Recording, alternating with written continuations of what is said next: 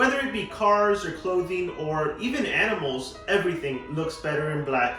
So today, we'll be counting down the top 6 black reptiles, including one I am certain none of you guys have ever heard of, so make sure to stay tuned.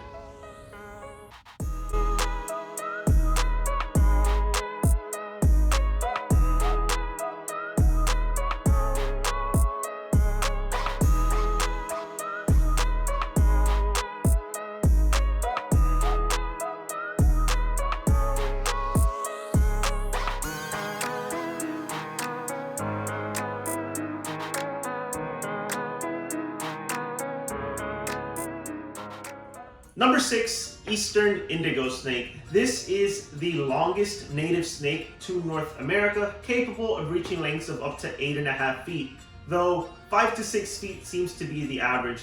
And guys, these snakes are absolutely beautiful. They have these black scales with bluish and purplish undertones. Some indigos will have that uniform look throughout their entire body, while other specimens will sport more of a reddish orange color on their throat, which I absolutely love.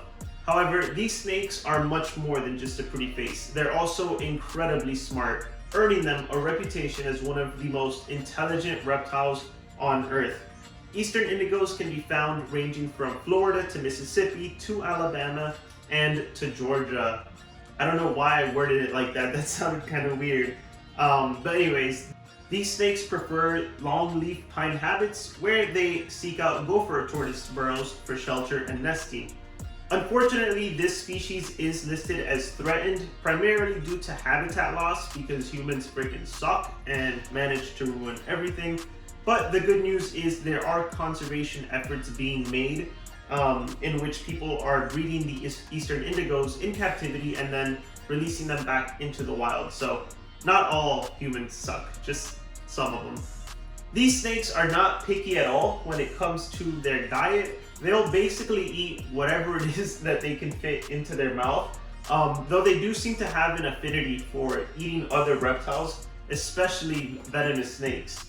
These snakes are not constrictors. Instead, they'll kind of just grab whatever prey item it is that they have, press it against the ground, just completely overpower it, and then just start chewing it until it gives up, or they'll just swallow it whole. So yeah, this is a real alpha reptile. Shout out to Mike Taitua.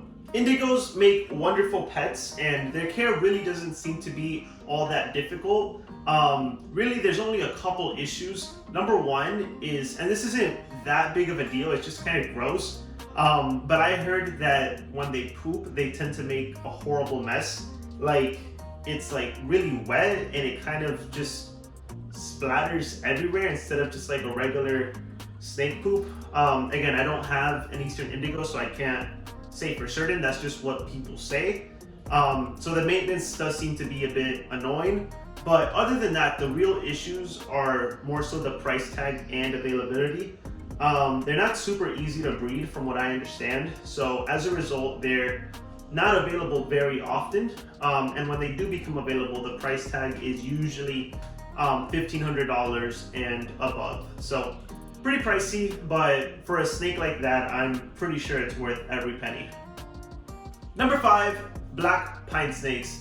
These guys average between 4 to 5 feet in length, though specimens reaching 7 feet have been observed in the wild before.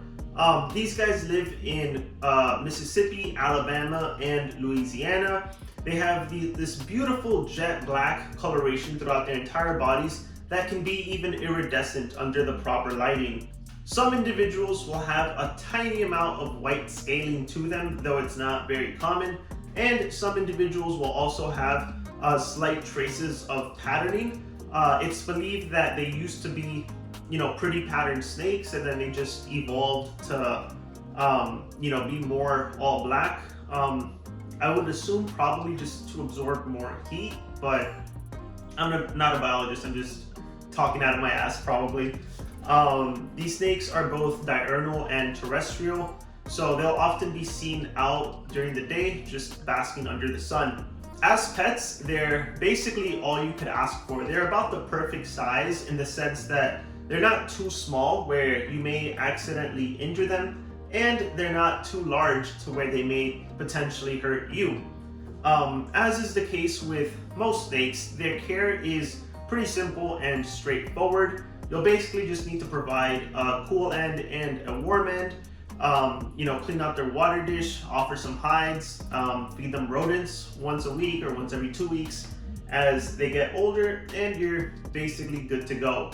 Of course, this is not a care guide. Like, you're gonna have to do a lot more research than that. But like I'll be doing for probably the rest of the list, I'll give you guys a little bit about their care, just so you can have a general idea. Maybe it's a good idea to look into it, maybe it's not, and then you can go from there. Like, this is not anywhere near a complete care guide.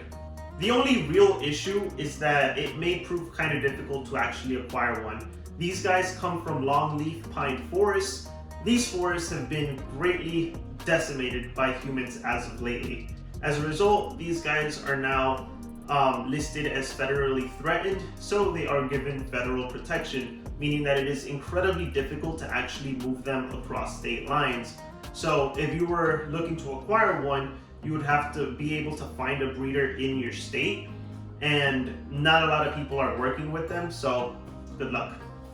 Before we move on to number 4, guys, if you are enjoying the video thus far, please make sure to hit that like button and also consider subscribing to the channel. I would really appreciate it. I also gotta give a huge shout out to my guy Riddler from Riddler's Reptiles for hooking me up with this badass shirt. I absolutely love this shirt. I wear this shit all the fucking time.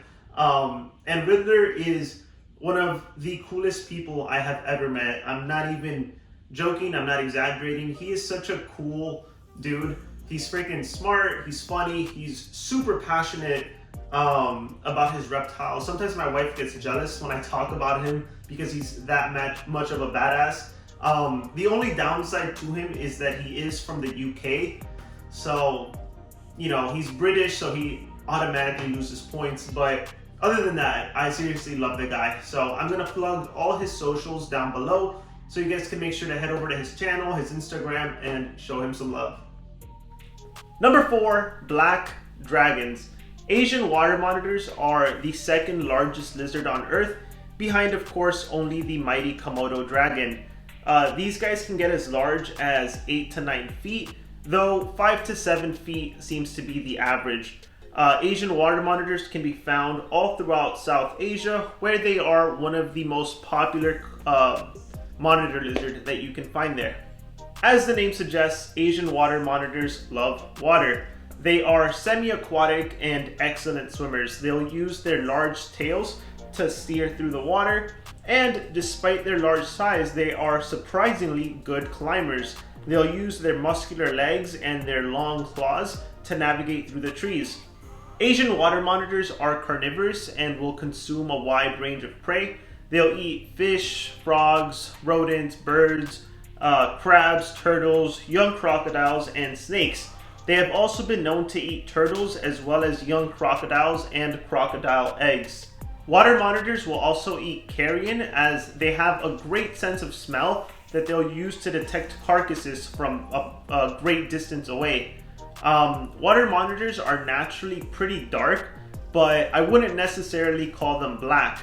So why are they on this list? Well, there's a hypermelanistic variant known as the black dragon, which makes them completely jet black. It's a very simple yet breathtaking morph. It kind of reminds me like something out of Game of Thrones. It's been a while since I've seen that series, but I'm pretty sure one of the dragons is like all black. They kind of just remind me of that. Another cool thing about black dragons is that on average they tend to be a little bit smaller than the regular Asian water monitors, and of course females tend to be smaller than males. So if you get a small black dragon female, that could be a lizard that maxes out at like 3.5 to 4 feet, which is still really big, but nothing compared to like, let's say, a 7 or 8 foot male. These are highly intelligent, social, and docile creatures, so they have the potential to be amazing pets for the right person.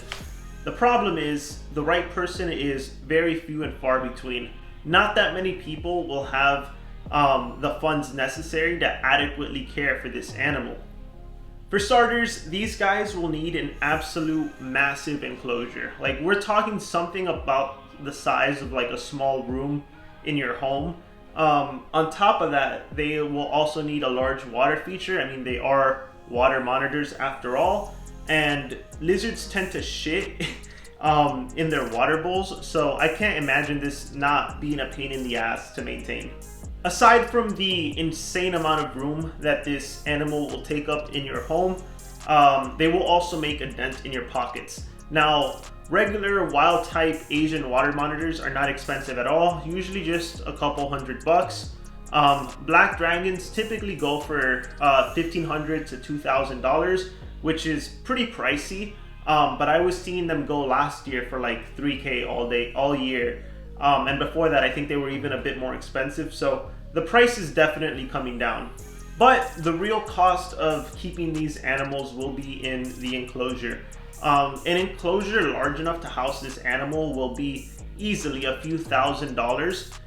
And then once you take into account things like substrate, lighting, heating, and just everything that you're gonna need to fill out that space, on top of the fact of you're looking at a large lizard, so think about how much food and how big those food items will probably have to be to maintain a lizard of that size. You're looking at, I don't even know how much money it'll actually cost. If any of you guys have an Asian water monitor, let me know, but I cannot imagine that feeding this thing will be cheap at all.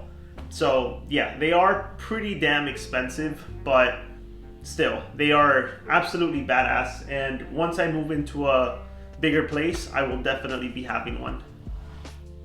Number 3, Mexican black king snakes. These snakes can obviously be found in Mexico, but they can also be found in small parts of Arizona. Whoops.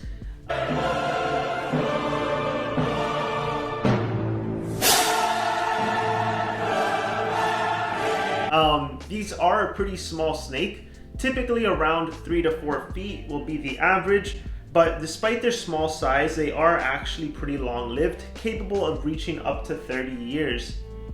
As juveniles, sometimes they'll have these kind of whitish or yellow scales under their chin, but it'll typically fade out by the time that they are adults. Something cool about this snake is that their name is actually a misnomer. These snakes are not actually black. They're more of a really, really deep dark chocolate. But unless you get them under like ideal lighting, you probably wouldn't even notice.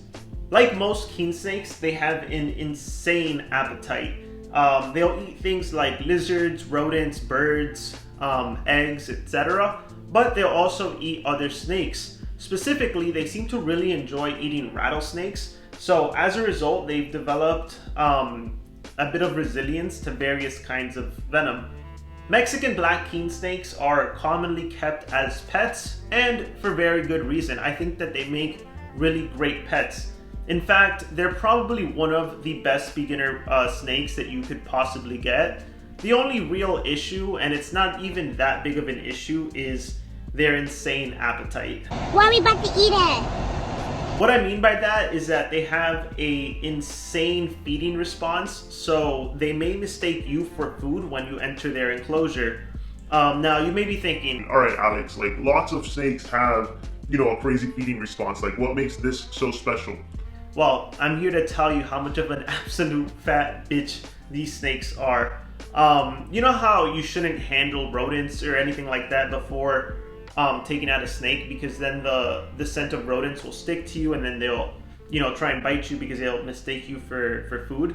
You can't even handle other snakes before handling a king snake because, like I said, they eat snakes in the wild, so it'll still try and eat you. Not only that, but you can't even handle your king snake for more than a few minutes at a time, because then their own scent will start rubbing on you, and then they'll try to eat you because now they smell a snake on you, even though it's their own smell, which I just think is, I mean, it's kind of funny. It's just insane to me. And if that isn't hilarious enough, sometimes they will just straight up try to eat themselves. I'm not kidding. They will put their mouth on the end of their tail and just try to swallow themselves whole. I'm not joking, but yeah, those are Mexican black-keen snakes. You gotta love them. Number 2, Boelen's pythons. This is one of the most coveted snakes in the entire world. It's on every keeper's dream reptile list, and for very good reason. They are absolutely amazing. These snakes are local to the mountains of Papua New Guinea, where they are revered as gods by the people that live there. It is actually taboo to hunt or kill these snakes. They average about 8 to 9 feet in length, but they can get as large as 10 to 11 feet in some circumstances. So, pretty big snakes. When they're babies, they're more of an orangey kind of reddish color. But as they grow older, they kind of lose that coloration and just become more of a beautiful jet black while maintaining some of those white stripes. They're also pretty iridescent, so when you get them under the proper lighting, you can kind of see like the rainbows bouncing off of them, which is really cool. As far as their care goes, it's actually relatively straightforward. They're not really difficult to care for. The thing with Boelen's, however, is that they are known to be a bit more delicate for whatever reason. So even if you do everything right, the species, the reptile can just die on you for, reasons unbeknownst to us. Like I mentioned earlier, these are big snakes, so you're gonna need a big enclosure. I would imagine something like a 6 feet wide by like at least 3 feet deep would be the absolute minimum. You're gonna want to have the warm end between 85 to 90, the cool end between 70 to 75, and as far as nighttime temperature goes, room temperature is fine. They don't need any supplemental heating. Where they're from, it often gets down into like the 40s and 50s at night. So unless you live in, I don't know, Alaska or something, like you won't need to do anything extra for them. It's very hard for you to keep them too cold at night.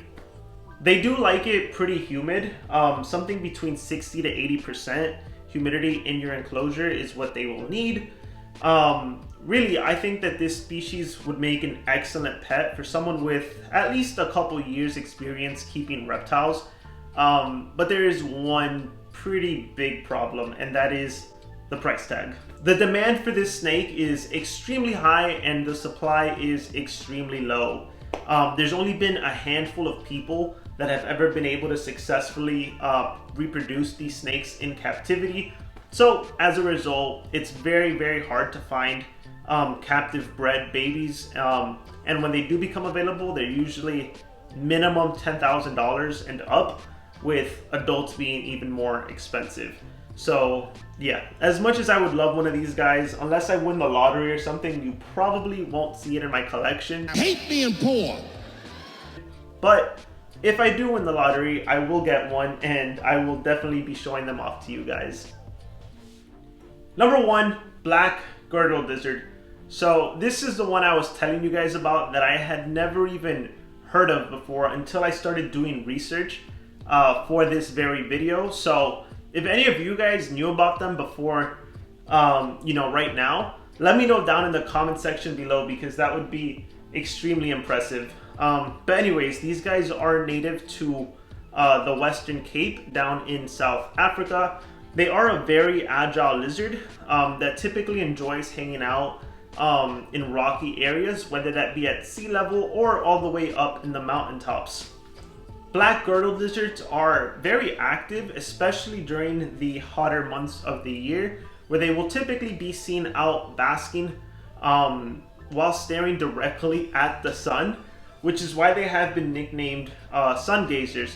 During the colder and rainier months of the year, they'll actually just retreat into these rocky crevices where they will spend most of their time there. They are actually a pretty small species of lizard, all things considered. They just max out at around 4 inches, which is really tiny. Like when I'm looking at pictures of them on the internet, they seem pretty big, but yeah, everywhere I've read it just says that they max out at 4 inches. So they are jet black, have a flat head, and are equipped with flat towel-like scales down its back and spiky scales along their sides. They will also swing their tail side to side whenever they do feel threatened, almost like a club. And this lizard is primarily insectivorous, but they are known to occasionally consume vegetable matter. The black girdled lizard is hold on, give me a second. The black girdled lizard is ovoviviparous, meaning that the fertilized eggs will remain inside of the female's body until they are ready to hatch, at which point she will then give birth to live young. These guys are also not very social at all. Unlike other girdled lizards, these guys will typically be seen by themselves out in the wild. Unfortunately, as far as I know, these guys are not available in the pet trade, which is a damn shame. Typically, when a species isn't found in captivity, it's for one of the following reasons. There's either a lack of interest in the market, there could be barriers in regards to exportation and importation, or it could be simply that these guys don't thrive in captivity. If I had to guess, I would probably say it's the lack of interest.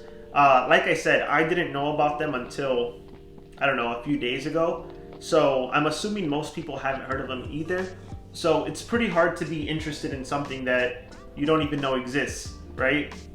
So hopefully this video will shed a bit of light into this really cool species. And if my channel ever blows up, I'm gonna start talking about these guys so much so that somebody will be incentivized and just wanna, bring a few of them over from South Africa so we can start keeping them in captivity. So let's make it happen, guys. Anyways, that's my list of the top 6 black reptiles. If there's anything you think I missed, leave it down in the comment section below as an honorable mention. If you want to see more videos like this, just tell me what color you would like to see next, and I will be more than happy to make it for you guys. I already did a video just like this, but for blue. So if you haven't seen it yet, I will link it at the end of the video, like on the end screen. Yeah, that's what it's called, the end screen. So just get to the end of the video. You'll see what I'm talking about. You'll be able to click it. But yeah, I hope you guys enjoyed the video. If you did enjoy it, guys, please hit that like button and subscribe to the channel. I would really, really appreciate it. There's nothing I love more than, getting good, positive feedback from you guys. But yeah, that's gonna do it for today, guys. As always, thanks for watching and enjoy your reptiles.